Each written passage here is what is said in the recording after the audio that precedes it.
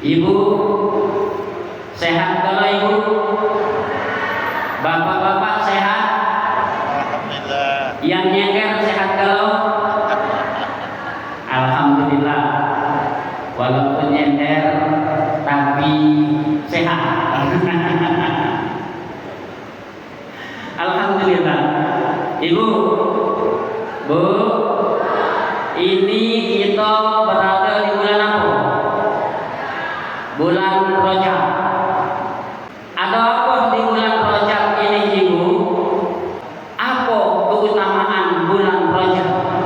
Jadi sebelum kita bahas tentang bulan Rajab, kita harus tahu dulu setidaknya ada 3 nama lain dari bulan Rajab ini. Apa itu? Yang pertama Al-Hurum. Apa Al-Hurum? Yaitu bulan yang dimuliakan oleh Allah Subhanahu wa taala. Jadi kalau bulan ini dimuliakan oleh Allah Subhanahu wa taala, maka Allah haramkan setiap perbuatan jahat atau kemaksiatan yang dilakukan di bulan ini.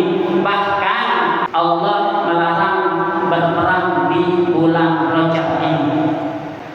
Nah, jadi bulan Rajab dilarang untuk berperang karena bulan Rajab atau bulan-bulan haram yang ada 4 tadi itu dimuliakan oleh Allah Subhanahu wa taala. Ada yang nanya, Ustaz, kalau dilarang perang, ngapa pada zaman Rasul itu ada perang di bulan Rajab? Perang apa ibu?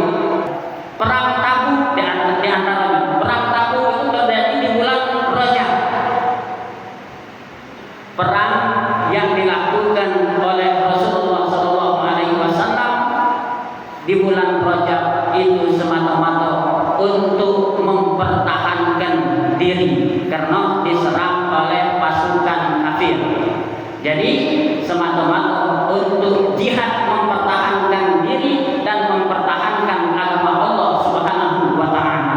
Jadi bulan Rajab ini adalah bulan yang dimuliakan oleh Allah Subhanahu wa taala, makanya setiap kejahatan, setiap kemaksiatan akan diganjar oleh Allah Subhanahu wa taala dengan balasan yang berlipat.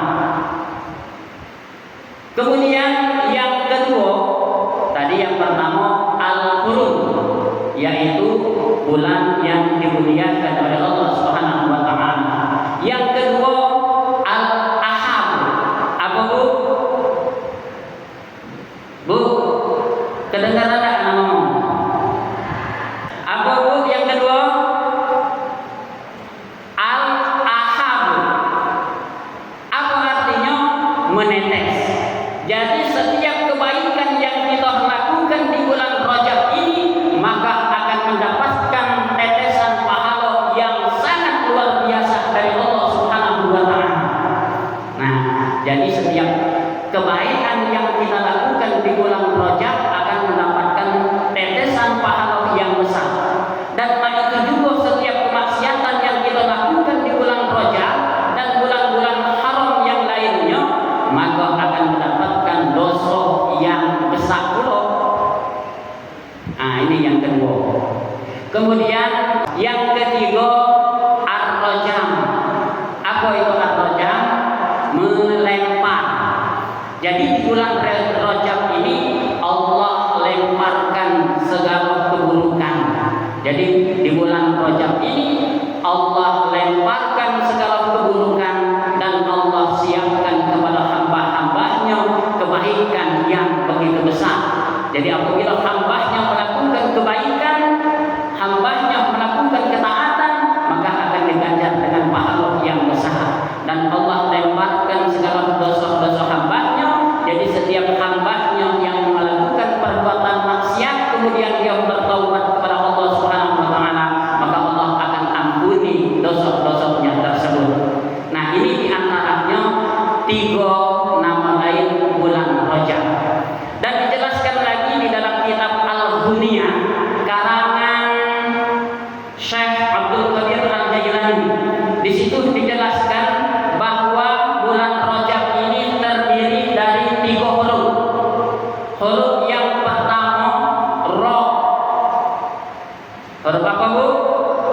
Roh.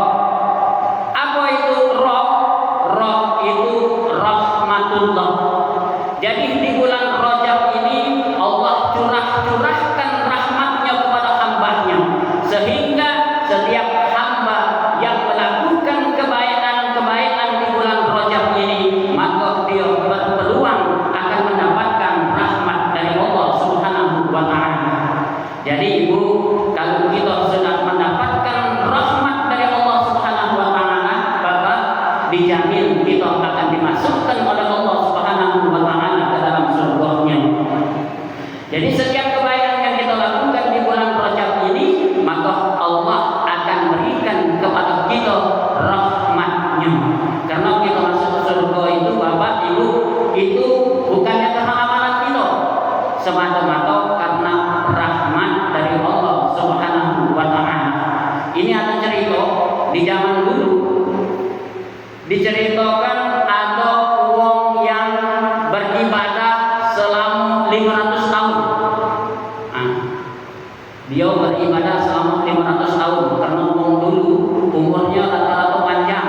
Kalau kita umat Nabi kita Nabi Muhammad SAW ini umurnya rata-rata pendek, 60 sampai 70 tahun. Kalau umat-umat dahulu sampai ada yang 1000 tahun.